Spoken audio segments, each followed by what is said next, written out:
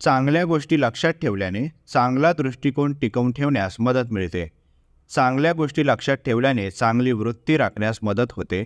जीवनात आपल्याला अपरिहार्यपणे आव्हाने आणि संकटांना सामोरे जावे लागते, जे आपल्या सामर्थ्याला कमी करू शकतात आणि आपल्याला खाली खेचू शकतात.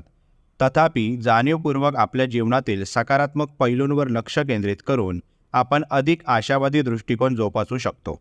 भूतकाळातील कृत्ये, आनंददायक आठवणी आणि प्रेमाने भरलेले अनुभव यांवर चिंतन केल्याने नेहमीच कृतज्ञ राहण्यासारखे काहीतरी असते.